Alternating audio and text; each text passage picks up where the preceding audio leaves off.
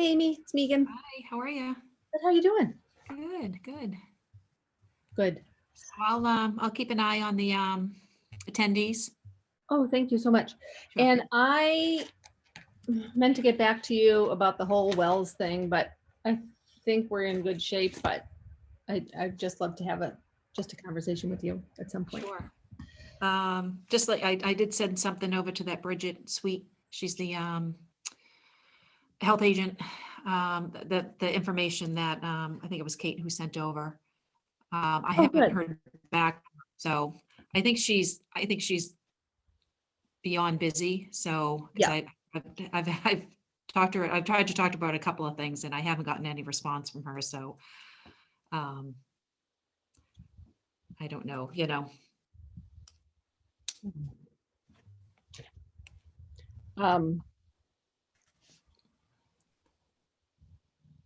Great. Oh, okay. I'm getting texts from people. I don't know Oh, who they are, and they're looking for the link. I can't cut and paste that link. Let me see. Oh, maybe I could. oh, Anyway. they can't get on by your. No, he got it. He Oh, just, good. Okay, here he is. he should be coming in shortly. So thank you for that. I did see there's a basic application for the town, has geothermal as a place to check. I guess I understand the whole health department process, but my question is anybody else going to say I got to get involved, which I hope not. So anyway, we'll talk. Okay. Thank you. Hi, Alec. Megan. Hi, Gina. Hi, Larry. Greetings all. I forgot that I told Owen to change the email address that he used for my participation in the group. So the invite was on my Gmail and not my work email. Oh, what would you like it to be? Because I have a little spreadsheet. It doesn't matter. I had forgotten that I told him to change that. So I'm looking furiously in my work email for the invitation. And then I remembered that I told him to change it. Crisis averted. Crisis averted. Hey, speaking of crises, do you know, we'll ask you in a minute or two, but what we're paying per therm right now? Maybe Amy knows. I have no idea. For gas.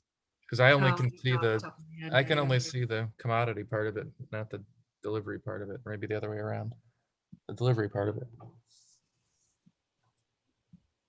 Yeah, Megan, I should be able to see it on the bill. I can look tomorrow. That'd be great. You know, I may have some of, let me look, because I did request some bills before that I could piece that out of there. Okay. So I don't know if any of you will see Jason arrive. Either of you will see Jason arrive, but Oh, I see Jason. Yeah. promote him, please.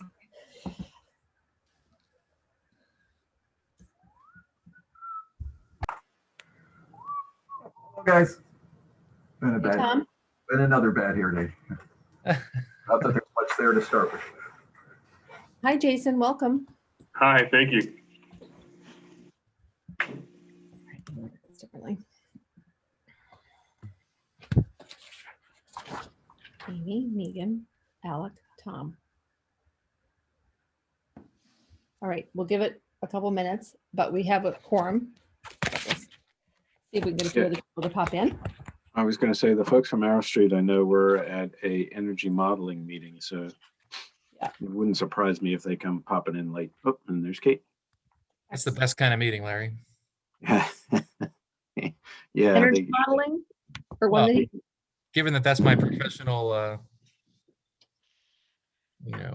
career, I would vote favorably for energy modeling as the best kind of meeting. See, and here I was thinking you were cutting logs for a living. That's my hobby, timber framing. Nice. That's fun. Alec is the big premiere of the school play tonight. It is. We And hosted it. We hosted the set at our house. They were looking for a set that had antique houses, water, woods, forget what else. But anyway, we had it. So we had in the fall all the high school theater people using our outbuildings and pond as a backdrop for their theater production, which is premiering on Medfield TV tonight. That's exciting. That's cool. The poor kids, but yeah, great. Thank you for helping them. Last year was even worse, right? The show didn't even, they came to within a week of putting it up, or was it 3 days with the Yeah. filming? Days. Yeah. That was sad. And my daughter does costumes for them, so Did they end up doing the same show or did they just start over? and I do it think that was a they- different production. Yeah, I think last year, I think it might have gotten videoed, even though it's not supposed to be. February 11th. Okay, I think we should start. How does that sound? Everybody, welcome. Okay, I am happy to be here, start our meeting, and really happy to introduce Jason Uzel. Do I say that right? It's Uzzle. It's like puzzle without the P. Okay. Jason Uzel. Jason is a parent at Dale Street School and Wheelock, right? Correct. And he has volunteered to become the liaison for us between Dale Street and our committee when we're talking about programming things or whatever needs a little bit of input or let people know what we're up to. Jason's going to be our guy. So welcome, Jason. Thank you. I think we should introduce ourselves somehow. So maybe we'll just go quickly around so that Jason can, I gave him the background on by company, who the players were, but I'll just call on you and you can just tell us who you are. How's that? And Amy? Let me go first. Hi, I'm Amy Colleran. I'm the facilities director for the town. Larry? Larry Spang from Arrow Street. We're the architects for the building. Alec? Alex Stevens, by day, owner of an energy modeling company, and by night, member of the committee, both the Medfield Energy Committee and this committee. Great. Tom? A member of the Permanent Building Committee, and during the day, I own Electric Time Company down in West Street. We make big clocks everywhere, including the one in front of Town Hall. Thank you. Gina? Hi, I'm Gina from Left Field, and we are the owner project manager on the job. Thank you. Kate? Kate Bobrisky, also from Arrow Street. I'm the director of sustainability and building performance. So I'm working on this particular piece of the project. Thank you. Tina? Hi, Tina Suhu with Arrow Street, and I'm working on the project as the project manager. Excellent. Tim? Tim Baker, I'm with Left Field, the owner's project manager, and I'm project manager. Excellent. And Owen is the other box. And Owen, are you there? Hey there, yep, I'm here. Hi, would you like to introduce yourself? Sure, Owen O'Kirker, Director of Technology for the town and schools. You'll see me hiding in the back of most Zoom meetings which occur throughout the town and schools. So I'm always here if you need any assistance. Thank you. We're so appreciative. And Jason, would you like to add anything about yourself by way of introduction? No, it's nice to meet everybody. I look forward to working with you. And I sit in the site council at Dale, so I have a natural way to communicate with the team and get in contact with them. So I'm willing to help out however I can. Thanks. Excellent. Thank you. I didn't officially hear back from Mike about this, but I think that's a good sign, and that I asked if we could, as a group here, officially propose to the school building committee that would make Jason an official member of our group. So could I entertain a motion to that effect? Sure. I'll make a motion that Jason be appointed to our committee. Excellent. Thank you. Just FYI, he still has to be also approved by the actual building committee. Right, but we'll take our recommendation to them. If Okay. that's okay. That sound right? Yeah, it's fine. We'll put it on the agenda. Mhm. And a And second? I'll second. Thank you, Amy. Okay, we can vote. Amy, Yes. Alec? Yep. Tom? Yes. Megan, yes. Okay, awesome. And I think going from 5 to 6 doesn't really change our quorum, so I think we're good there as well. So welcome, Jason. But you know, you're halfway there. How about that? So good. Thank you. So next up is the review and approval of the minutes from January. Did anybody have any suggestions? Tim, I didn't get back to you, but I just wanted to correctly spell Mark Sandine. His last name is spelled S-A-N-D-E-E. I tried Googling him and I couldn't find how to spell it, so I just put that in there. S-A-N-D-E-E-N. Okay. Thank you. Other than that, I thought they looked great. Shall we approve the minutes? I'll make a motion to approve the minutes. Thank you, Tom. Amy, would you like to Second. Thank you. All right, let's vote. Amy, Yes. Alec, I wasn't there last time, so I don't know if I can approve them, can I? I mean, I will if I'm allowed Yeah, to. you actually can, I think, was the trick. Yeah, but Mhm. I've gotten from other. So yes, sure. thank you, Tom, Yes. and Megan, yes. Okay, super, thank you. So we'll move on to the next thing, which is probably the meat of our meeting today, which is to hear from Kate about how the Thornton Tomasetti work is going. Great. So we received the first, we'll call it working draft from Thornton Tomasetti yesterday. And Air Street and GGD, Jason, just for your reference, GGD is the mechanical and electrical engineer. Plumbing is a different entity, so it's ME, not MEP. And Thornton Tomasetti is the energy modeler. So we reviewed it, and then we had a call at 3:30 today to go over our comments on the draft. So the types of things that we're looking at is, you know, did all the assumptions and the inputs in the model seem accurate to the narratives and what we had pre-discussed. We had a meeting with the design team before they started the modeling too.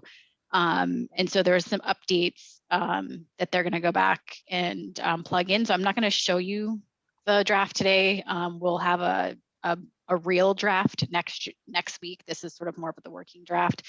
So I think by the end of Wednesday next week, we'll have the real draft. And basically at this point, just to remind everyone of what the first modeling exercise is that they're modeling all 4 mechanical systems that were in the PSR, or the main one in the 3 options.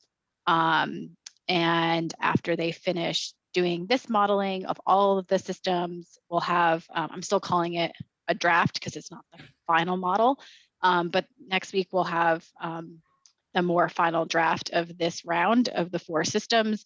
We'll be able to show that to you, and so you can see, you know, based on that actual design in this building, on this site, in this orientation, what the annual energy use is, the energy cost, and I'll talk about that in a second because I have a note from our meeting that we just had to ask a question about that. The EUI and other factors related to the system. So if you recall, during the PSR phase, we had sort of that systems matrix where we benchmarked based on other similar school projects, what we thought the range of EUIs might be for each system and what the range of annual cost and cost per square foot might be for the systems.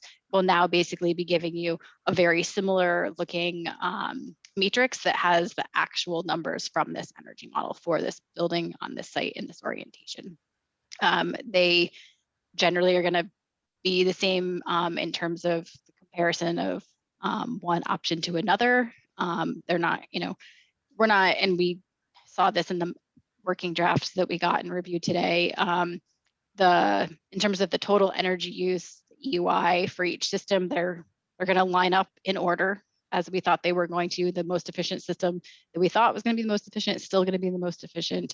But now you'll be able to see exactly how efficient it is and what the EUI is, as opposed to seeing a range. But the one we thought was the least efficient didn't all of a sudden jump to second place. I guess that's what I'm trying to say.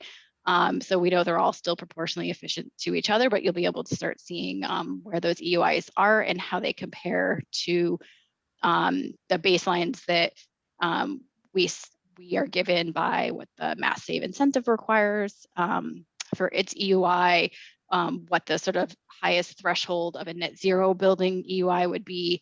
And then on the other end is what we're required, well, the town has decided that they want to seek as the 2% reimbursement from MSBA, what that requirement is. So you'll be able to see how these systems do or don't meet those different levels of EUI. So that's what we've modeled, and that's kind of what we'll have about a week from now. We'll have that updated to that sort of matrix updated. And the other piece of that matrix is the operations and maintenance lifecycle costing piece. GGD will start working on that once they get the modeling info.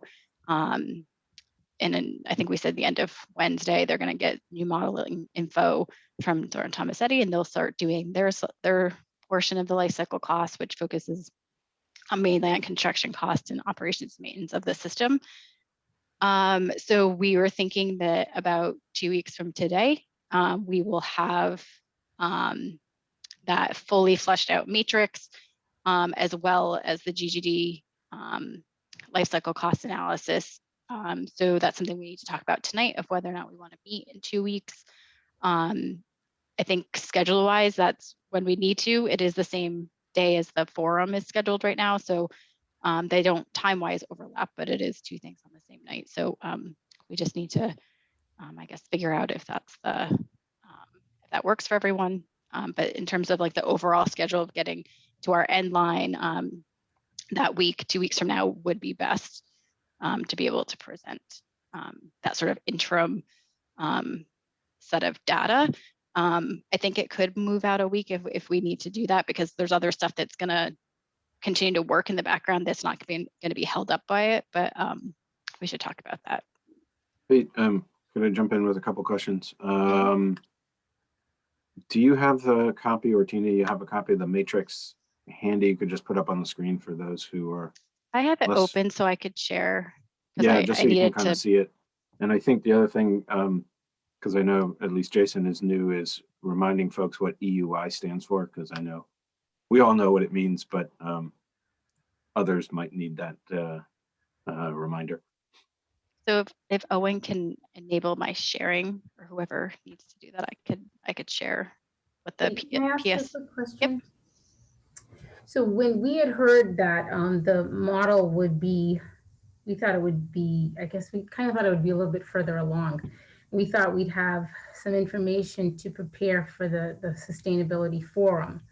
Now that you're saying that we'd have the final next Wednesday, well, 2 Wednesdays from now, which is the same day as the forum, will you have enough information to present to the public regarding this? So we weren't preparing to present any of this modeling at this forum. We specifically had said this forum was more informational about the process and what energy reduction and net zero is. Okay. And that we would be presenting, because this is we'll call it I've been kind of calling it the light version of the life cycle cost analysis that GG is going to do.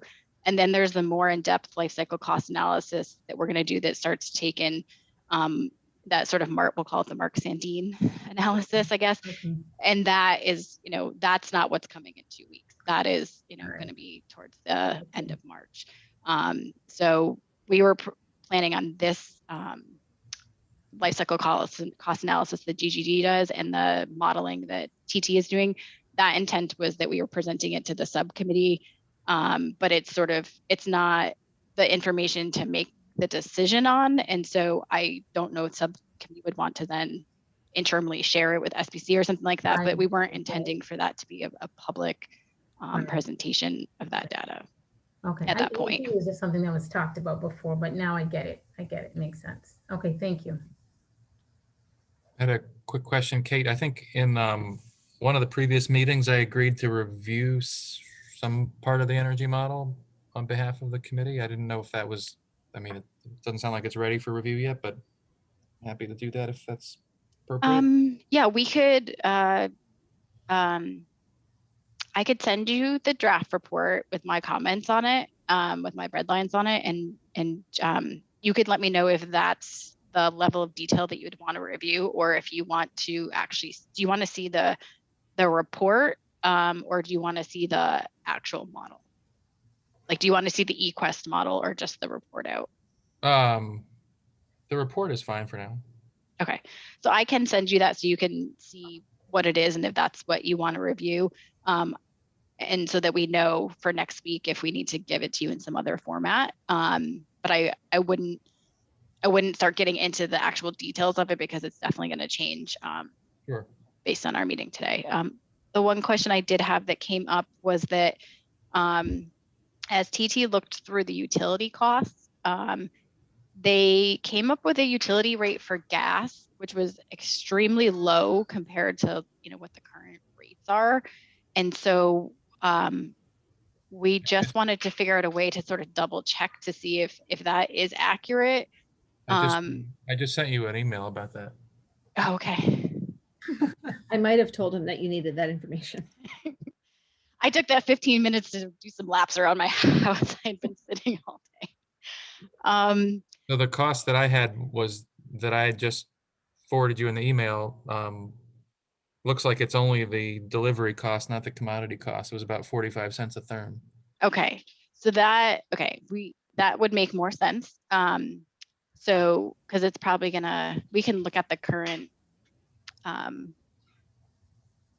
think there must be cost to see how that delivery rate compares to the published current rate. So that should be enough. Now that we know that that's just the delivery rate, then that I makes think more sense.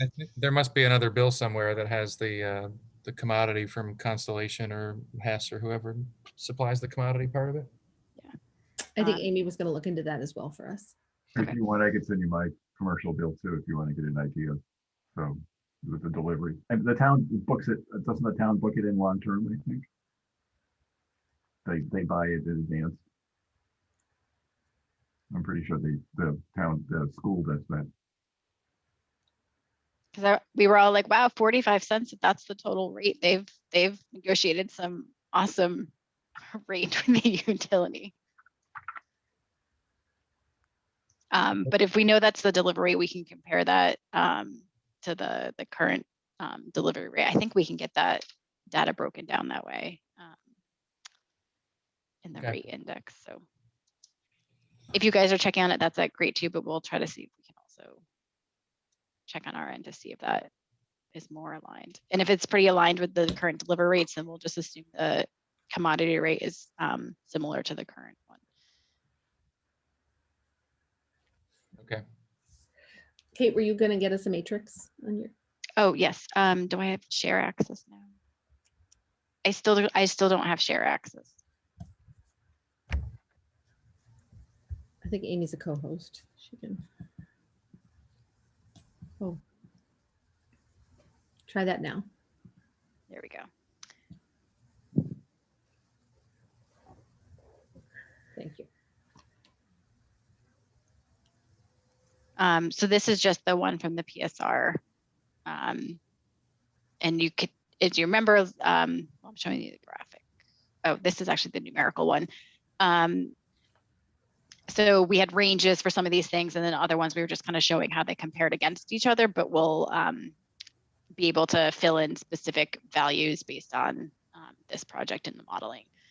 Certain things like acoustics and air quality will remain graphical. There's no dollar or number to put to those, but a lot of the other ones will change into actual dollar values, specific values, not ranges. And so the EUI, just a quick definition for him, and then the. Yes. Yeah. So EUI is called energy use intensity. It is like miles per gallon for cars. So it's a way for us to compare buildings of similar types. So schools, if you know what the EUI is of similar types of schools, say elementary schools, you can generally know how much energy they're using on a per square foot basis, and then you can compare those to each other. So if one school was at 80, one school was at 60, you would know that obviously the one with 60 is performing better, or maybe that's obvious, lower numbers are better. it's less energy per square foot. And then when we are talking about a specific building, it allows us to compare different mechanical systems. So a mechanical system that uses less energy per square foot has a lower EUI, means that it's going to perform better than the other ones we're comparing it to. And we're comparing 4 different systems for this project, all pretty standard, typical mechanical systems for an elementary school in our climate. So part of the information in this chart gets fed in by TT, and part of it will come from GGD, and AeroStreet will compile it in there. Thank you. It's just So- BTU per square foot per year. Just for the specifics of EUI.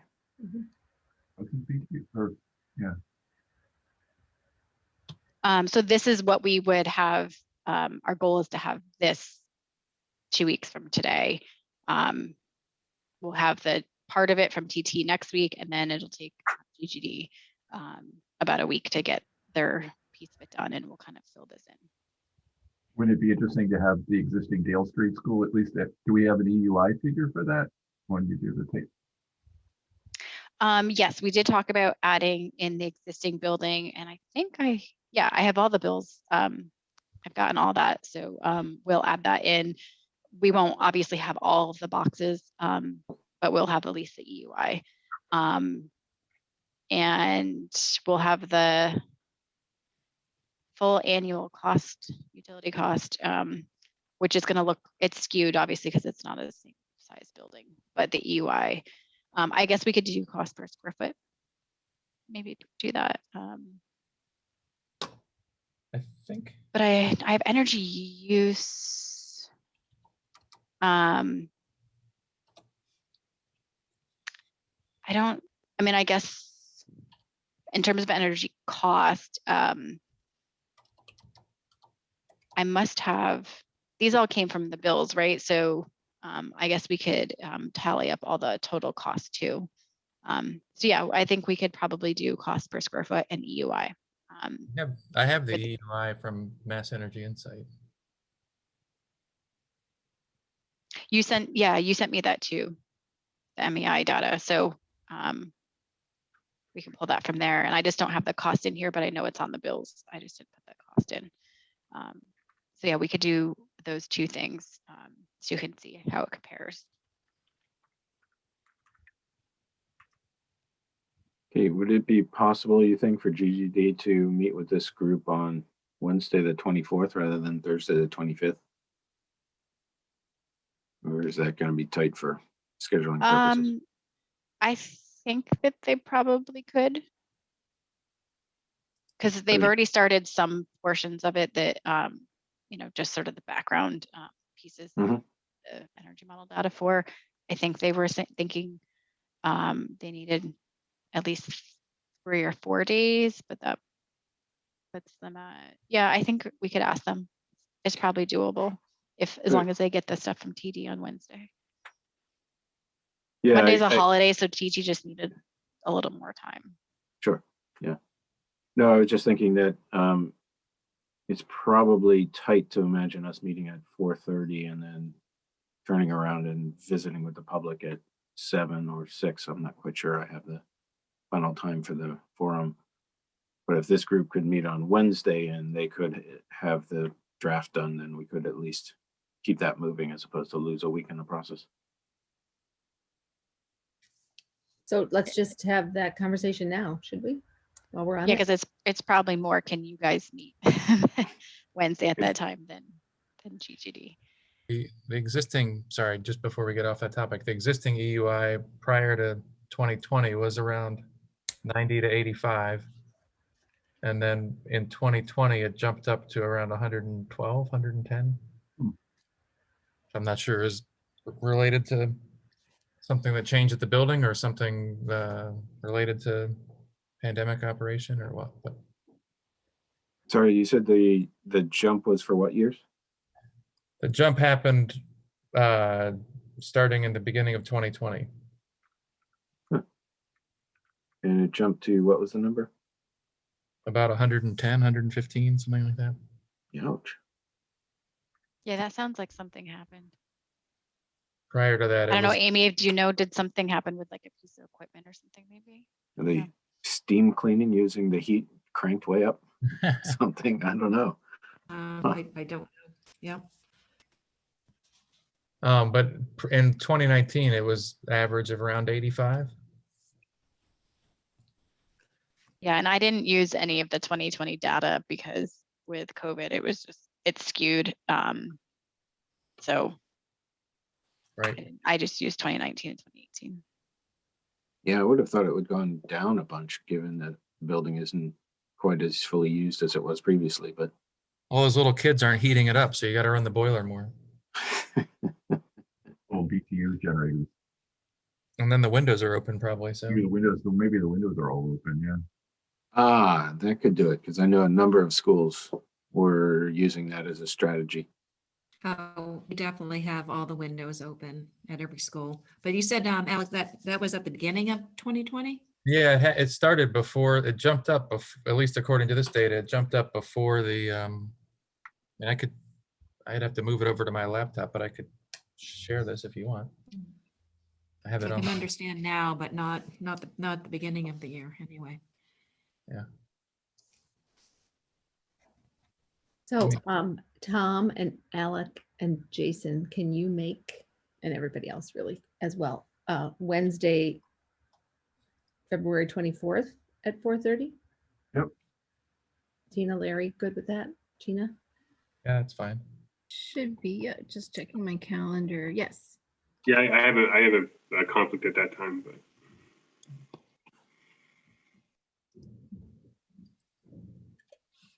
Yeah, it works for me. So we'll check with GD. I will send them a note right now. I have to thank Aerostreet for not having a 3-letter acronym in their, Oh, we go by AST sometimes, Uh, but sometimes we also apparently go by Aerosmith, but it's just some people call us the wrong.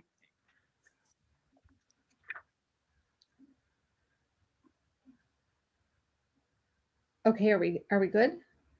Or are we waiting? Alec, are you moving that over? right. Okay, you should be able to share.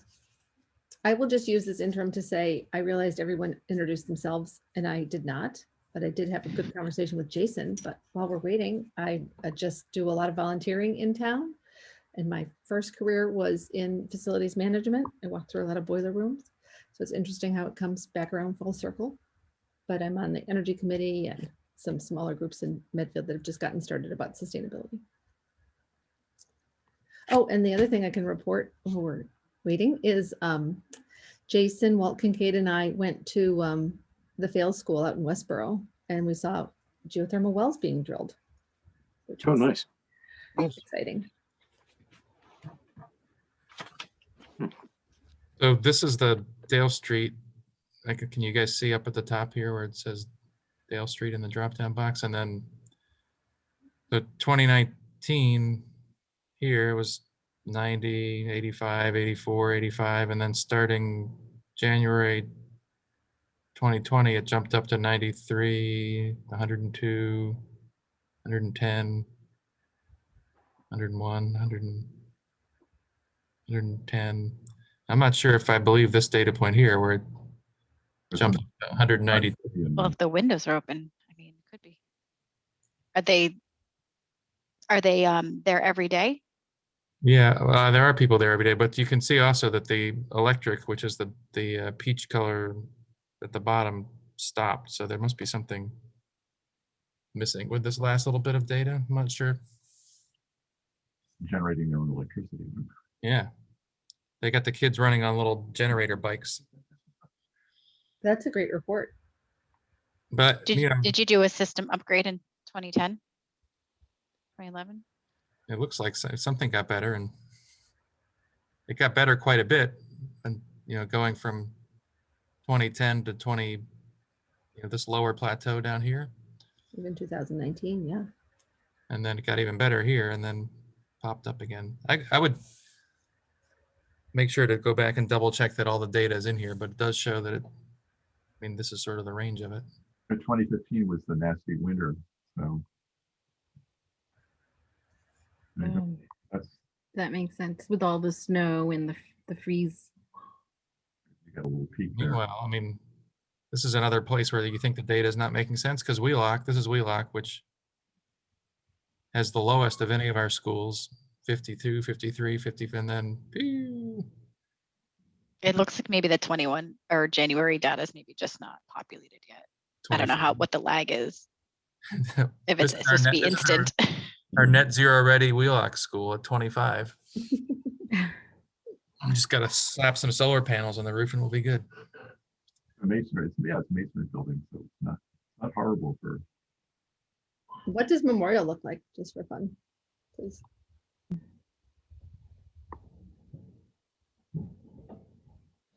80, Why 78. is that so high when it's so new?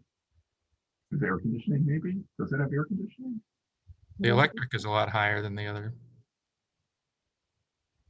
It is gas, it is a traditional gas boiler, right? Yeah, the blue is gas.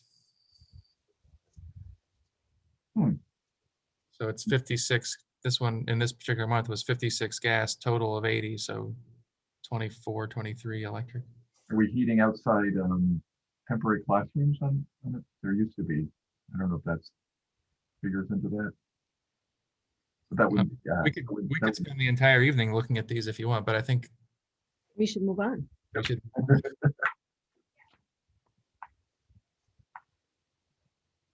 Thank you. Okay.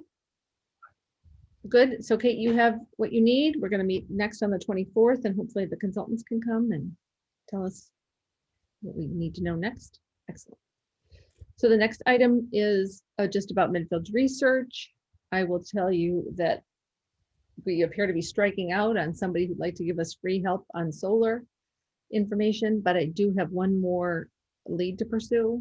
We're gonna reach out to Solar Design Associates, speak with them, see if they'll take some, it's not really pity, but it'll help us with this project to try and get some more information. So. Did Nick reach out to Select? Okay, I don't know if he reached out to Select, but he reached out to a lot of other vendors who said if you'd like to sign a letter of intent with us, we would love to help you with that. I could ask at my contact at Select too. Yeah. Right? I was just surprised if Select was one of them, but they said no.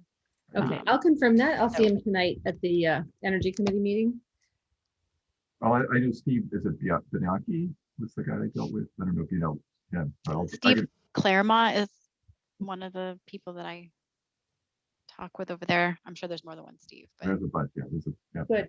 Oh, and then didn't Adam, was it Adam Keene from Left Field, who said he was really good in this environment? So let me see what I find out about SDA and then Select. And then if we need more nudging, maybe I'll circle back. Is that Sure, okay? you can just send us an email, or do you have Adam's email? We do. He's on our email. Yeah. Okay. Select is the kind of people I think who maintain the town's solar panels, right?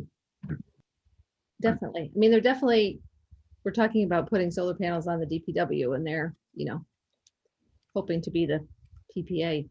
Actually, I think didn't they do the wastewater treatment, or they may maintain? I do believe that they do it all. Yeah. Yep. Okay.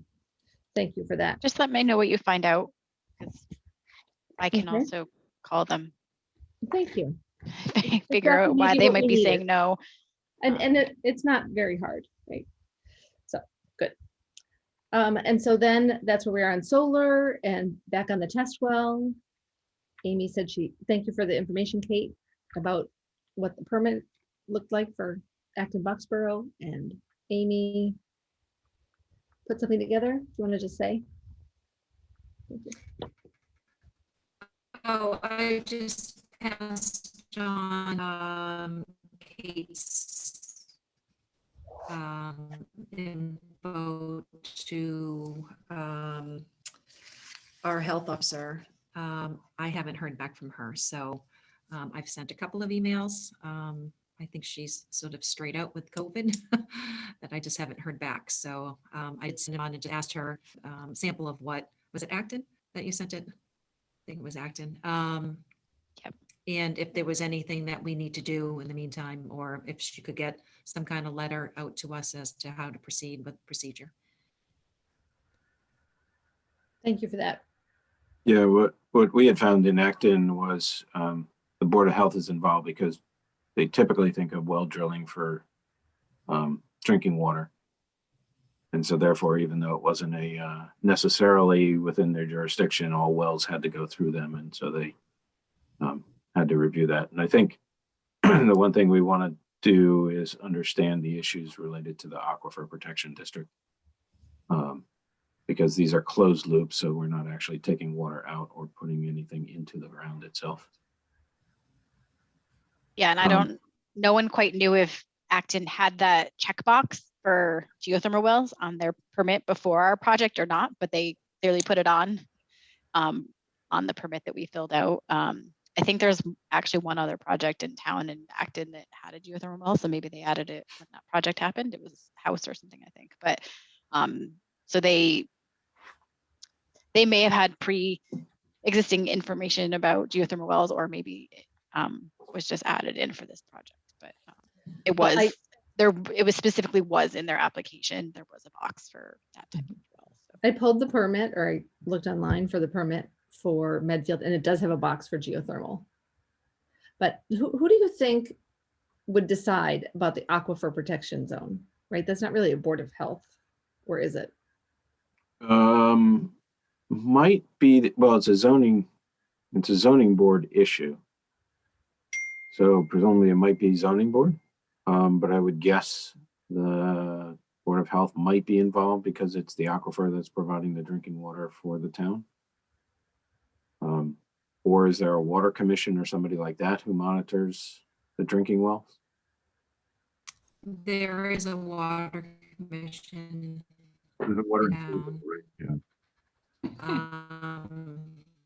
I reached out to town planner Sarah Raposa, who also does the zoning, and she's the one that said I should reach out to the health officer. But we do have a water commission as well. Okay, yeah, and we're also talking to Mike Quinlan about timing of it, so we don't necessarily have a timing for you in terms of when they'd actually get in to drill the wells. Oh, God. I did take some pictures if it's helpful. I was out at Acton last week. I don't know, Megan, what you saw when you were in, sorry, it was Westwood or Westboro? Westboro. Westboro. Would love to see him. Sure, I can show you, assuming I can share my screen. Yeah, there we go. So the consultants are all available on the 24th at 4:30. So Oh, nice. we're all set. Oh, good. Thank you. All right, that looks like the fail school in Westboro, but I know it's not. Yeah, So- usually the name on the truck is different, but It looked kind pretty of similar. Yeah, you can see, you know, it's a drilling operation. In this case, we're tight up against the wetlands, and that was another issue we had to deal with in Acton. And you can see these poor chaps are out there drilling away in this weather. And the funny part, I saw one of these guys walk over and wash his pants off because they had gotten muddy. Let me go back for a minute, which I thought was terribly amusing. These are The muck is awful. yeah. Like I have just ruined boots. Like I just from King Open. I was like, I can never use them for anything else. Yeah, I noticed they all wear these muck boots, which seem appropriate given the muck that's out there. These are the wells. And what you can see here are the lengths of piping that's coming out. So I think I have a slightly better view. Sorry, it was a little tilty on this one. But you can see here, these are these big coils of pipe that they bring on the site, and then they drop them down. And these are 600 feet, Kate, do you recall? 5 or 6? Yeah, 5 or 6. And basically, so there's a well that has a pretty good size, I think 6 or 8 inches. And then these go down, and they're essentially 2 loops. They're called a quad well. And there are 2 loops that go down and come back. So it's actually one pipe that's sort of shoved down into the well. What they don't have going yet, so let's see if anything else that's kind of interesting. Again, we're early in the process. We saw this one. I think I got a slightly better picture. This is some steel going up and all kinds of fun. Oh, there we go. So that's a little closer view, but you know, it's pretty much just as a hole in the ground, 500 feet deep. These get put in. What ends up happening is the glycol gets pumped down and comes back up. And as a result, it changes temperature, and that temperature change goes through a heat exchanger and is then used to heat cool the building. And I don't think they have not started the laterals yet. Yeah, so they'll come back with lateral or horizontal piping and connect into each one of these wells. Eventually the wellhead is about 4 feet below grade. Right. So these all get connected horizontally underground to what's called a vault. And then from the vault, which connects a number of them, I can't remember the numbers. I think we only have 2 vaults in Acton. Yeah. Maybe we have 3. We only have 2. And then from there, it goes back into the building and hits the heat exchanger. So interesting, but not a lot to see as yet. Good though, thank you. And I don't know in Westwood if it was, Westboro, if it was similar, or you saw more because they were further along. They had not run the tubing into the pipe. Oh, Any of the pipes. They just had the holes. they just had holes in the ground. Mhm. Well. They're doing 35 of them, and I think they had, they're doing 40 of them. I think they had 35 or so done. It's an interesting strategy. They didn't do any pipe yet. That's interesting. Yeah. Just curious, do you remember who the subcontractor, drilling contractor was? It might be The name on the truck? the side of the truck. One of my pictures, I can look. Just curious. Just on I mean, this isn't germane to the topic of this meeting right at the moment, but I was noticing that the what I call the pitchfork and torch wielding villagers are getting their pitchforks and torches ready about this project. So this is on. What did you notice? The letter that Dr. Marsden sent out this morning to the parents was described as a steaming pile of shit in somebody's inbox. Yeah, I saw that. Yeah. Nice. You know, one of our favorite pitchfork wielding villagers is announcing that she's raising legal objections to the project already. It's just, I mean, there may need to be some. Well, I'll just state that the MSBA didn't even acknowledge her letter in their meeting today. I heard that. They said, "Oh, I did. Is it this project? I know I received something."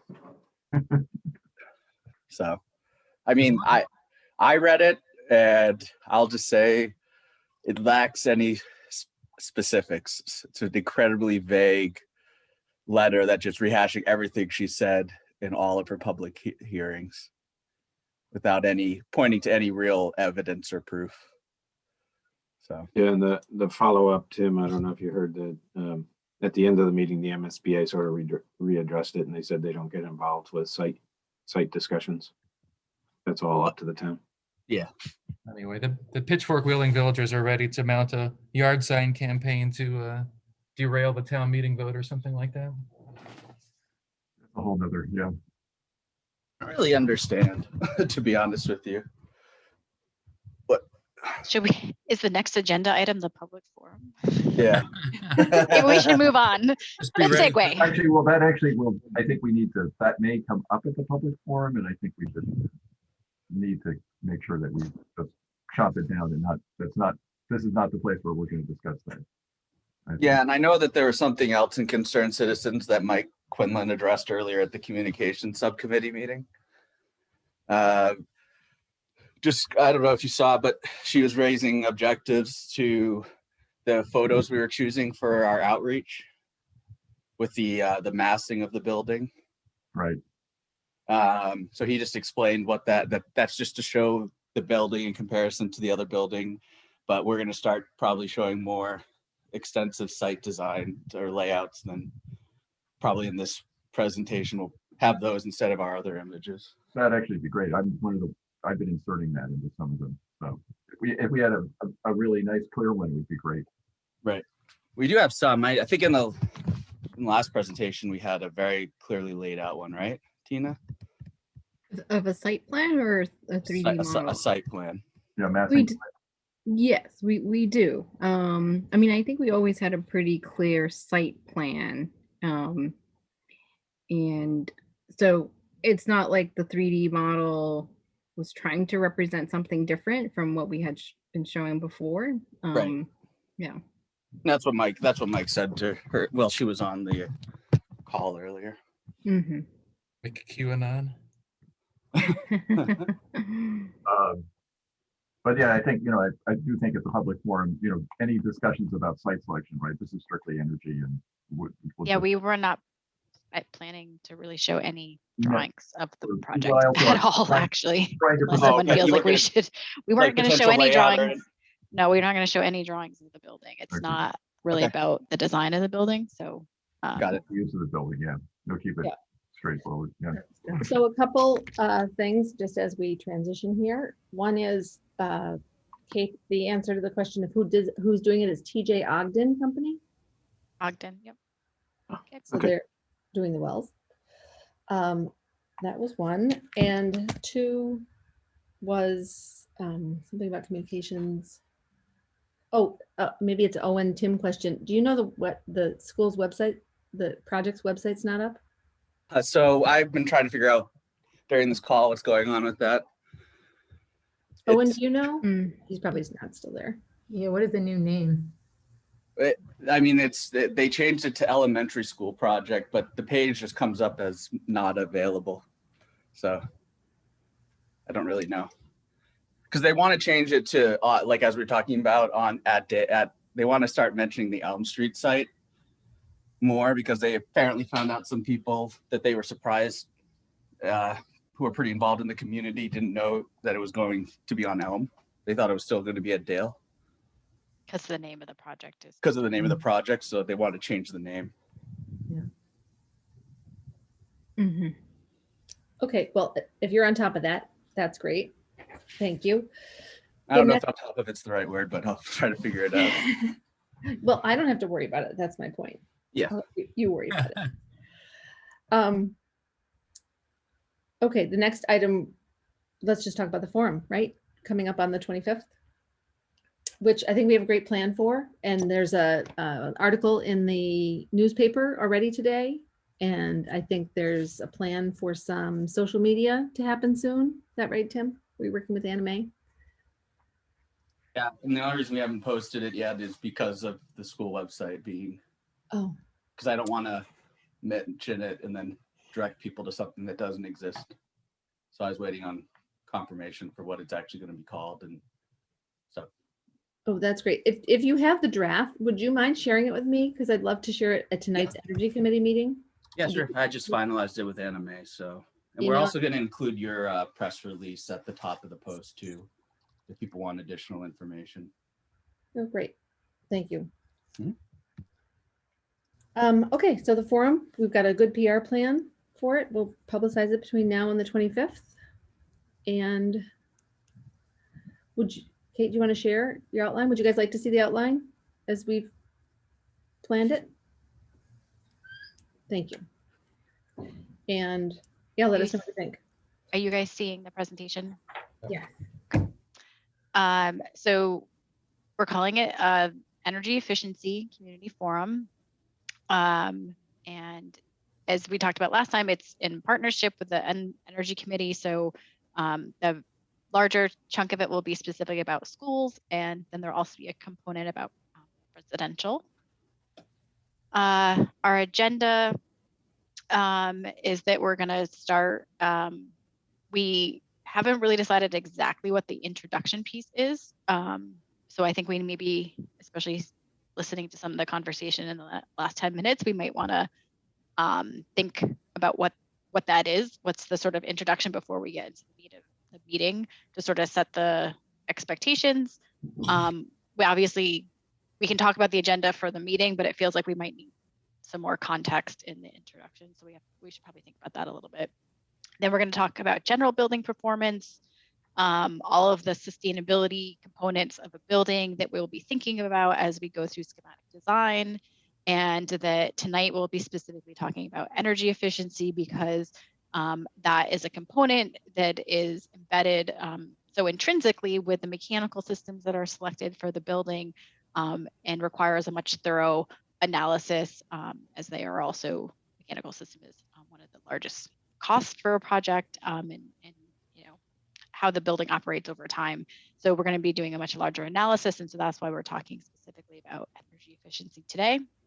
We're going to go a little bit into energy efficiency and net zero. What does it mean to have a highly efficient building? What does it mean to have a net zero building? Why do it? The cost benefits, the educational benefits, the health benefits.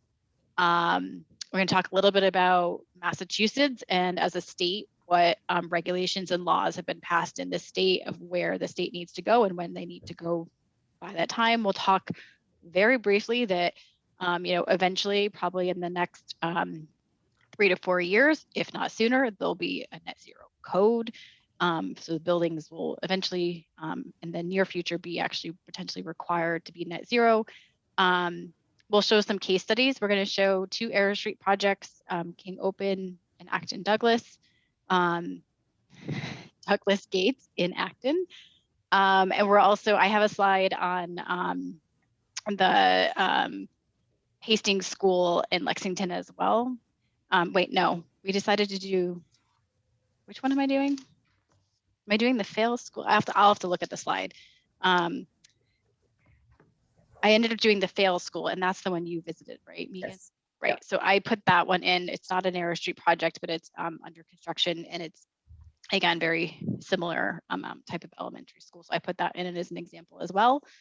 Then we're going to have Kim Cullinane from Eversource talk about Eversource's outlook on energy efficiency, the new PATH programs that they put out, and sort of they'll also be showing a benchmark of lots of different schools, more than just the 3 case studies that I'm going to show of what types of EUIs and mechanical systems, a whole plethora of recently constructed or soon to be constructed schools in Massachusetts are achieving. And then we're going to specifically talk about the Dale School. And again, we're not showing any plans or anything here. It's really high level, and I could show you what those slides are. But we're really just talking about that we have different thresholds of EUI that we might want to achieve. The highest end is the MSBA requirement of the 2% reimbursement. What does that look at like? There's sort of the national definition of a net zero school. There's the 25 EUI, which is the target from Mass Save. And then there's like the holy grail of what a school could actually ever probably achieve in Massachusetts based on the climate, et cetera. And we're just going to show that there's different levels. And the high end MSBA is not an EUI that is a net zero school. The other ones would be net zero schools. We're just going to talk about the process that we're going through right now. So all of the onboarding of Thornton Thomas Study and the energy modeling that they're doing, the life cycle costing analysis that we're doing. I wanted to give them sort of a timeline that we're anticipating finishing life cycle costing analysis towards the end of March and having a decision through the Board of Selectmen on the direction of mechanical system for the project, and that system selection, whatever it is what will be designed through the rest of SD.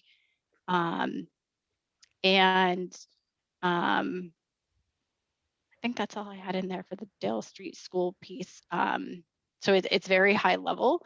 Then we're gonna hand it off to Megan. I don't know if this is where Committee? you're picking up or the other Eversource person, but then we're gonna go into sort of other building types and residential types, things that the community in Medfield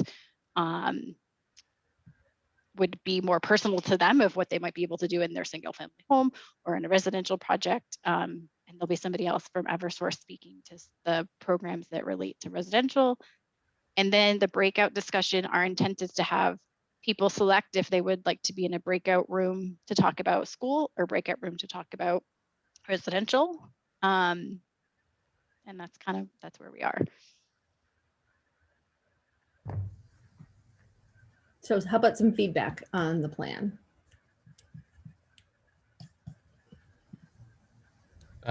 Based on what we were just talking about, can we change it so it doesn't say Dale Street throughout? Yeah, yes, and that isn't a new to me, but we can change that if we Tina, do we know what is it just don't. elementary school or Right you know now, the we're official- saying Dale or Dale School Project on Elm or Elementary School Project on Elm. I don't know. Mike's still deciding. Okay.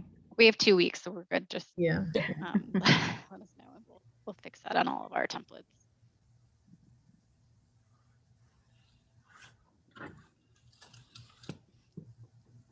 So it's really an introduction to the topic and explaining, why we're doing the analysis and what the analysis is, and giving people an opportunity to understand some of the technical pieces of what do we mean when we talk about energy efficiency and net zero, and then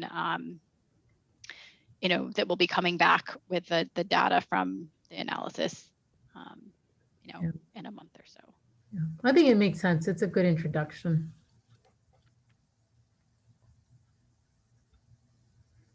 Okay, anybody want to do the Yeah, slides? Or- one question, Kate. How would the breakout discussions work? How would that? That's a question. I don't know, Megan, if you were able to ask Owen about haven't. the logistics. We can ask. I know that you can do breakout rooms. I don't know how you do them, but I do know you can do them on Zoom.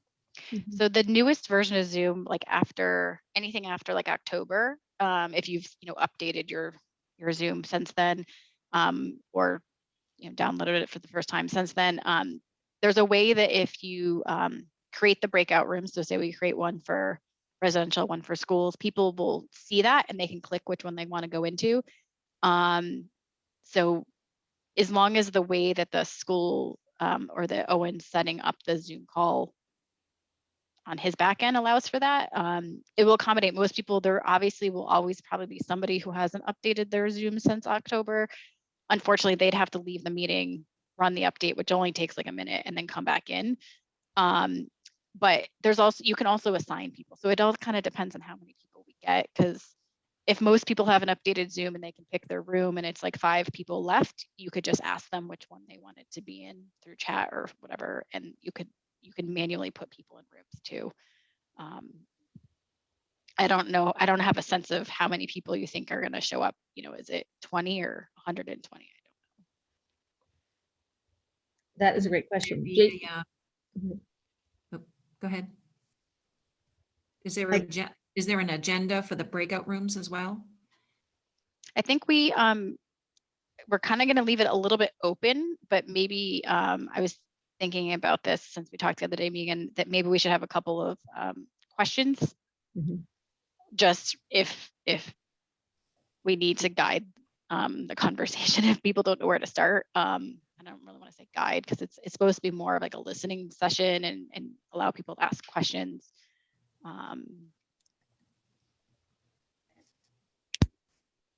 So if you have any, let us know.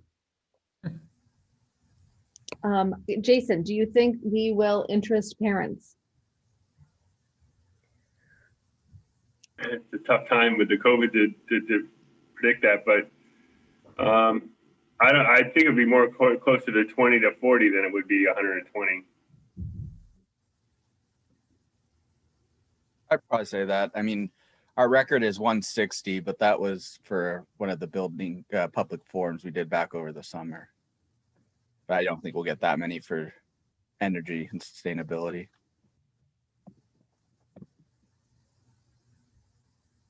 Okay, well, we'll try. And I think, Kate, you said it earlier in one of our meetings, you know, and Larry, was your reason for doing it? Like, you know, well, let's be more open. Let's be having more conversations, not fewer, about what's going on and the decision-making process, so that when we get to the decision-making process, no one's surprised that we are there. Yeah, I think the breakout rooms are a good idea. And if it's going to be on the lower number, then probably just the 2. But if it's a higher number, it might be tricky to have discussions, you know, if it is 50 people per breakout room. But then I think the other question is there a moderator? Is there someone who will monitor and help the discussion along? Like who are they? Yeah, we'll have to assign Arrow Street staff and subcommittee members to make sure we're dispersed in the rooms. Yeah, so there are 2 types of rooms, but there might be more than one of each. So for other meetings that I've been a part of, I'm never the one controlling background, but whoever's controlling the background can usually decide, okay, based on the number of people we have here, we need, you know, 2 school rooms and 2 residential rooms. And then people can just sort of, they can kind of pick. We could also do a show of hands beforehand, like, you know, how many people are interested in school. And so there's different ways that I've seen it done. I think a little bit of it is kind of who's the person controlling the breakout rooms, because I've never been that person controlling those. So I don't know how easy it is on the fly to add more rooms or that kind of thing. So I will follow up with Owen. I'll start that conversation and see how that goes. Is there a need for, I think the breakout rooms are interesting, and you're concerned, Tina, about discussion. But I think of it too, almost like question and answer, you know what I mean? Like, and should we put question and answer just in the breakout rooms, or should we leave room here before the breakout discussions for questions and answers that would be general to the whole thing?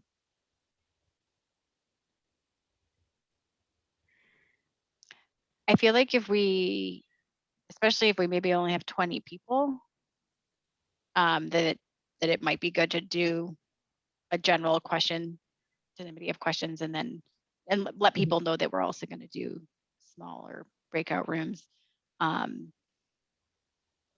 Because so there's almost the points of information, let's get that. And then in the breakout discussion, at least in the Dale Street one, we're curious to know what people are thinking, right? Do you love this idea? Do you think the town should be pursuing it? Do you know, just a little bit of feedback on that regard, right? Yeah, I mean, I think we're generally trying to inform people, and we also want to hear, I mean, you guys have more of the pulse, you live there, we don't, but we also want to kind of hear what resonates with people surrounding this topic. You know, do they have questions about it? You know, just general informational questions. You know, are people feeling like, oh, I really think I love the educational benefit, whatever, you know, we're just trying to sort of get a sense of how or if it resonates with people. My guess is that and make sure we can go over a lot of the technical stuff now, because when we have a meeting where we're presenting them, like, here's how much energy it uses, and this is how much it costs, and this is the payback, and you know, we start throwing numbers at people, it's hard for them to sort of focus on the technical aspects. So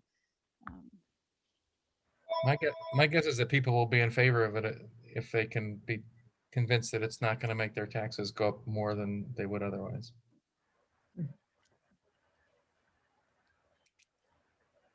It's the Marx yeah, I mean, if you're not in analysis. favor of the project, then you're not obviously going to be in favor of it having this mechanical system versus that one.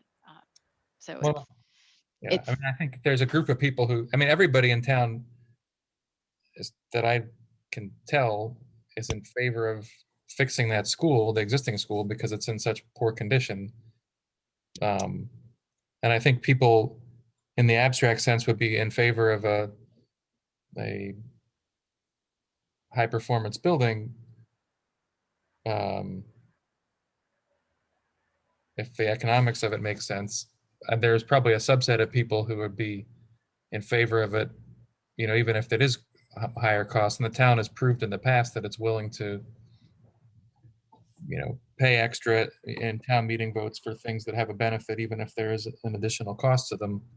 But my hunch is that there will be a large chunk of people at one town meeting or another who are going to say no based on, you know, property tax impacts, and whether, if this can be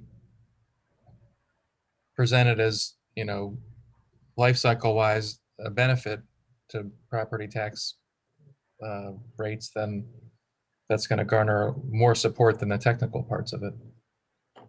Is there anything to learn from I know it's on a much smaller scale, the public works building? Because wasn't there something about they're asking for an extra $1 million to $2 million for environmental upgrades, and I think they may have got them and they paid back in a short amount of period of time. Is there any lessons from that new building on a smaller scale? I think that would be a good story to share. Then, in that, I mean, I think that my recollection is that that building, the first time it went before town meeting, failed. Got shot down. Yeah, no, I was chair of the committee. We got shot down and then it went out to bid again and we got a smaller building for the same price. So yeah, we chopped off either 2 or 4 days and the price came in the same as it had 2 years before. So there wasn't really a big energy change in that building, but The PV part of it, Tom, wasn't that a success story? And that I know that was for the wastewater plant, right? The PV came back. there's a big PV on the wastewater. There's a small PV on top of the public safety building. I think I'm not sure how many kilowatts that is. That might be 25 or 50 kilowatts. It's not a big one. But the wastewater treatment plant's a huge one. I'm not familiar with that. That's got to be like half an acre, right? As far as size goes. Yeah, I think I want to say it's like 70 or 80 kW, but maybe it's more than that. Yeah, no, it's a big. It was where they used to dry the what was left, and they stopped doing that, which is very nice because I live close to it and it used to stink. Oh, the sludge. Now the solid waste. Now they haul it away, which is good. But yeah, no, that building just waiting a year ended up resulting in with the public works building resulted in additional costs, both from architectural engineering fees and just the bidding environment at that point also, which is I think something that's going to happen with this building too. You know, I think it's important to go through with it and get it done. I think we're in a really good time to bid. I think Larry will agree. Right, as far as projects go, I don't. Yeah. Yeah. Yeah, no, we've seen some, last year we put 2 projects out to bid and did pick up some good savings in the fall. Going back to the agenda, I think we should work, Kate, on some way to structure these breakout sessions. Because I think what would be tricky is if they turn into Q&A sessions and people are getting different information because they happen to be in a different breakout room. So Yeah, I would only like to have, I mean, I don't think there'll be that many people. I would just like to have the 2 at most. yeah, so I think your Yeah, question about and the residential one hopefully has different answers. You know, so I think if we just have one for each group, which I think sounds like for 20 to 30 people is definitely doable. And I think if all 30 people want to be just talking about the school, you know, I think we should in the next week or so just sort of game plan that and say, do we just do one? It's like you said that again, yeah, you're right. If people ask questions, the answers might be slightly different depending on who is Right. the either moderator. there's sort of a fact sheet that everybody's talking from, or we're somehow trying to, and I think part of it is, and I've seen this in other breakout groups, is getting people to talk to each other is often harder. It's easier for them just to start peppering with questions, particularly if there's perceived experts in the room, either somebody from Arrow Street or somebody from this energy subcommittee. Yeah. You know, inevitably they'll start asking questions rather than saying, "Oh, my opinion is X."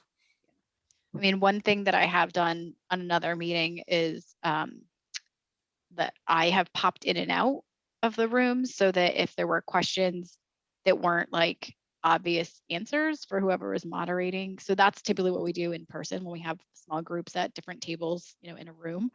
You know, if there's certain questions that are, you want to make sure you're very specific about it, like there's usually me or maybe one other person who's, you know, hopping around so we can make sure that everyone hears the same thing. So I have done that once in a breakout group. Again, it's a little bit just understanding the technology. I would assume if I was a co-host, I would be able to do that. But that's another option. It's just that once you get past, like, I mean, really 10 to 15 people, there's definitely people who are like not gonna speak up. So that's the only reason why it would be nice to have breakout rooms if we are at that like 20 or 30 and not just having 30 people in a room together. Because we're not really asking for people's opinions about parking, right? We're not asking like that kind of opinion. It's a little more where we want to have people just feel free to talk about how they feel about the concept or things that we've talked about. So it's a bit different than a lot of community forums where you're showing them something and asking for reactions. You know, that's not, we're not showing them a design. So it's different. And so it would be nice if we don't have to have groups bigger than like 15. Yeah, we may want to have a set of staged questions to get the ball rolling. So I think what we should do is Kate and I can continue to work on this. And then I was talking to the people from Eversource, and we would love to have a practice walkthrough with them. And anybody who'd like to attend that and help us kind of figure out the breakout sessions and the nuances, and we'll have all the slides. We can do that. And we can let you know when that is. Is that okay? Makes sense. Yep. Okay. Excellent. So Kate, thank you for this great work. I know we're 2 weeks out, but it's probably going to fly, and I'm looking forward to it with the PR out and everything. The only other item on our agenda is the analysis alternatives, and there's nothing to report really, except for that the Thornton Tomasetti's just working on the models. Is that correct? And Kate and I are going to get together. We have a date to walk through the Sandine spreadsheet next week. Yep, I think that's it. We're the design team when Thornton Tomasetti are working. The town's working on the solar piece of it. I think we're in very good shape. We're not even really going to start on that sort of compiling from both sides into that big spreadsheet until March. So a few more weeks. I guess, Megan, are you working on some of the other town pieces in there, like financing and sort of like the bonding piece? Is there somebody that from the town, because there's a couple of those little pieces that aren't related to energy or the building costs? Okay. The answer is yes. Okay. We'll run through those on Tuesday, what's missing and what I have, and then we'll sort that out. Figure out who else we need. You know, a little bit of guessing what interest rate you would get, but we can plan right now. Okay, so could we just look ahead? We've got our next meeting on Wednesday, the 24th at 4:30, but what should we do after that? Should we just go back to every other Thursday, or which would give us March 11th and 25th? Anybody thinking about when we'd ask to go see the selectmen? So I know that the schedule is like the first week of April For the selectmen? for the selectmen. I think Tina had you confirmed it because they don't meet every week. Do they meet every other week or something? They meet the first and third typically. First and third. So okay, yeah. So Right. that It- would be a meeting week. So the 6th we're kind of aiming for? I think so. I mean, I think it was two things. We were going to try to meet with the school building committee first, whether it's the same week or the week prior to the Board of Selectmen meeting. Yeah, I think sort of working back because we haven't really talked about the formalization of it. Is that I'm assuming that the subcommittee kind of provides a recommendation to the school building committee, and then does the school building committee, because I know, and Mike's been a little bit back and forth on exactly like how it goes or who's putting it in front of the Board of Selectmen. So just making sure that if it's coming from this group to the SBC to BOS, that I think you're right, we just Kate. make sure we have that. And Yeah. then we had scheduled to have the second public forum basically like a week before it goes to the Board of Selectmen. So we just need to confirm that as well to make sure that, because we wanted to do the public forum presenting the final life cycle cost analysis, and that information or whatever feedback you get from there could feed into the Board of Selectmen. That's how the schedule is right now. Would it make sense to just have that presentation at the Board of Selectmen meeting? I guess we could ask them about what they're interested in, but. Yeah, I mean, the Board of Selectmen, would that, I haven't had to attend one yet for this project, but would that give the community opportunity? Is it like a public hearing? Can they give feedback on what's being presented? I think you could schedule, so you could put on the agenda that it could be, but let me check on that. But I think that makes sense that it could be presented at the SBC meeting and then open to discussion. But let me get back to you on that. Well, that's a great idea, Gina. Well- Instead of the SBC presentation and then a selectman presentation and then the selectmen's meeting, try and combine one of those at least. Do the community aspect with feedback as part of one of the set meetings as opposed to a separate forum. Yeah, so we could try and do like a joint meeting again with the SBC and the select board. And I think the issue there is it has to be a meeting, because if the 3 selectmen are in the room together, or even 2 of the 3, it becomes a meeting by default. Right. And I'm also cognizant that I would be a little hesitant, and maybe this is where you're going, Larry, like I wouldn't want I'm a little hesitant to have the vote be the same meeting that's getting community feedback, because I feel like there could be useful community feedback that we might be able to address, right? Like if we're missing a piece of data or information or something that the community might be looking for, you know what I mean? So, and that we'd be able to supplement what goes in front of the Board of Selectmen for the vote. yeah, So was maybe thinking it of it makes as- sense to have it at the SBC. It's like separately as just an SBC meeting with community input. And then the Board of Selectmen is just a vote. And if we have to supplement any documents before that. I was thinking of it in a slightly different way, but the same results, which is they seem to like to get the information and then be able to think about it and then vote about it the sort of 2 weeks later. And we've noticed that with the Board of Selectmen that we kind of have to allow them twice to think about it.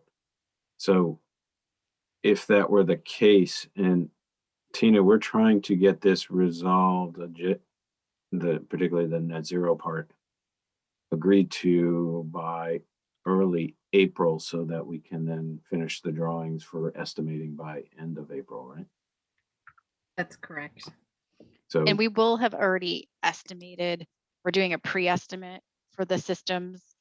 So I think that, you know, if we have to go to the Board of Selectmen the first week of April and also go back the third week of April, I feel like that's probably okay, because for GGD, it's more that they've already done that portion of their schematic design work, because they're doing that in order to get the early estimate in March. So Yeah, I think, I don't I mean, know. I think we'll have some early pricing, but it also gives us time to put together a pricing package, a set of drawings for by whole the end of project. April, right?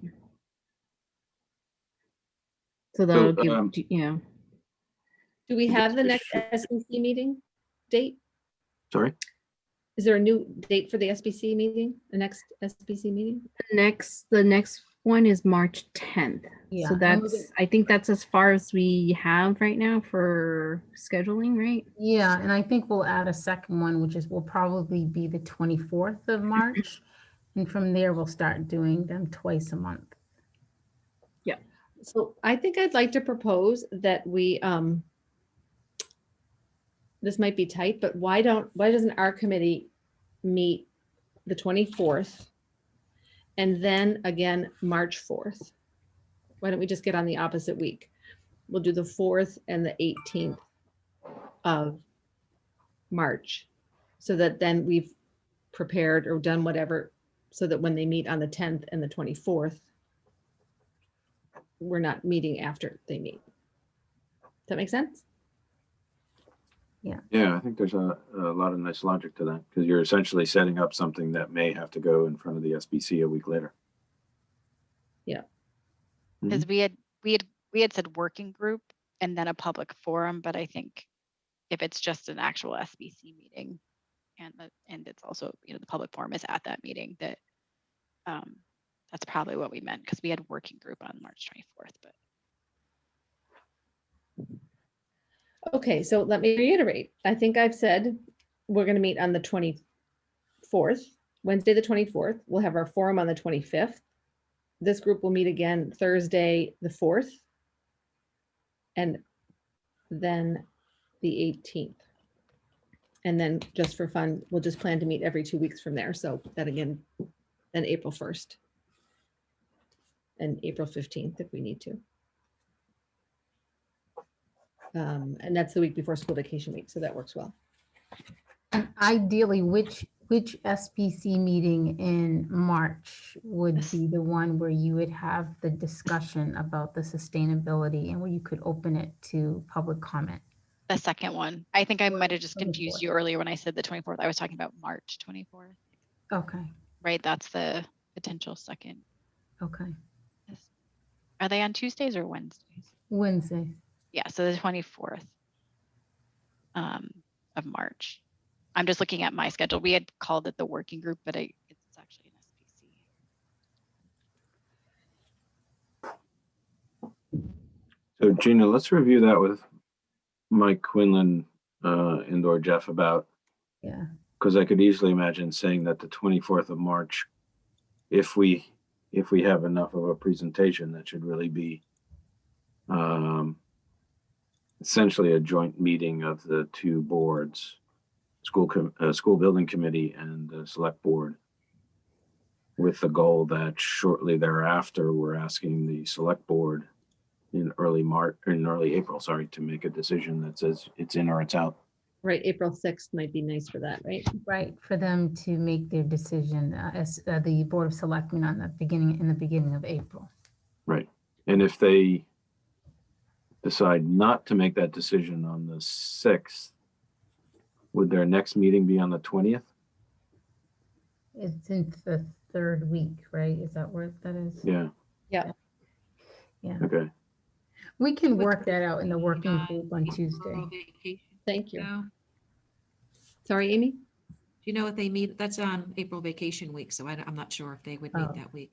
I think they do. I don't know. Okay. or they could try and set up a special meeting just to vote. But I could imagine trying to take if they're trying to make a decision on the 6th, I could easily imagine them saying we need more information or something that pushes the final vote a week or two. Sorry to have to jump, guys, but I have the theater premiere to Have fun. go back into Enjoy. the I think we're done. Good luck. Nice. Got to get your tie and tails going. Gotta make it all the way down the driveway to the house. And the red carpet for the premiere. See if our house looks good on film. All right. Excellent. Thank you. Thank you. Okay, there are just a couple of us left, but anything else? Thanks for sticking with us tonight. It's all good. It's good to get to these details. So, Tom, you want to motion to adjourn? I'll make a motion to adjourn. And Amy will I second will it. second.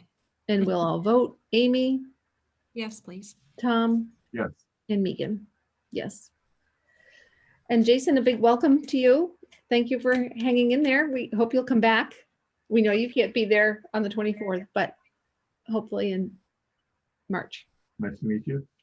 Good to meet you too. And hopefully at the 25th, or you're not that whole week you're out? Oh, no, and the 25th. I'll be there on the 25th, and I'm gonna try to move my meeting on the 24th, so maybe 24th, but definitely on the 25th. Thank you. Kate, I Great. think- Okay, and I'll let everybody know when we're going to do our run through for those who'd like to come, because we'd love the input. Great. All right, thank you. Thank you. Great. Good Thank night, you, Amy. everyone. I'll see you in a little bit. Good Bye-bye. Good night. Bye. night. Bye-bye. Oh, Tina, are you still Yep. there? Yes. Tina, I have an idea. I need to tell you what it is. I'm gonna. Can I just reach out to you tomorrow for via email? And we'll pick a time. Is that good? Yeah. Or- That works. all right. I'll send you an email and you tell me what works for you tomorrow. Okay. Thanks, Okay, Megan. Thanks for Good the night. pictures, Larry. I appreciate that. Yeah, no, and I thought of you as I was walking around in the muck. And I thought, and what's going to happen is they're not going to put in the laterals, which I think is the interesting part, for another few months because they don't want to break them essentially as they roll tractors and other heavy equipment around. Where they are right now, is that the level at which the laterals will be put? And then they'll The- build the ground up above it, or they're gonna No, dig? the level of the ground is almost where the tops of those are now. So they will go back and trench down Uh-huh. to put the laterals in. They just haven't started that yet. And then cut the pipe. Yeah. Great. So the funny thing I'll mention, you mentioned that Ogden was doing the drilling at Westwood. They did one well for us. And the funny thing was we have somebody who's a well monitor who's working as an engineer who is Tracy Ogden. And if we asked if she was related, she said it was her ex-husband who was the well digger, and she was monitoring the work as the engineer. And we thought, well, that gets interesting. That does get interesting. Yeah, I thought, oh, maybe we did pick the right person to monitor his work. But anyway, so it's a pretty complex system, although it seems pretty straightforward when you first start thinking about it. Uh-huh. It's both. Mhm. How long have geothermal wells been around? Like, they were saying something about the ground warms up and you don't have as much efficiency, like 20 years from now or something. Do you know anything about that? Well, there is modeling that takes that into account. And the theory being that it's a little bit of an untested world, that the ground temperature may come up a little bit as a result of essentially dumping heat into it over the course of some time. So they typically are modeling that as a potential, and it sort of depends on the water flow, which is the real driver of temperature. When you say the water flow, is that the groundwater that Yeah. goes past the Yeah. wells? Yeah, although, a lot of this stuff is well below that as well. The interesting thing, we're getting a lot of water from the half of the site. They drilled through the rock because at a certain point you just hit rock and off you go.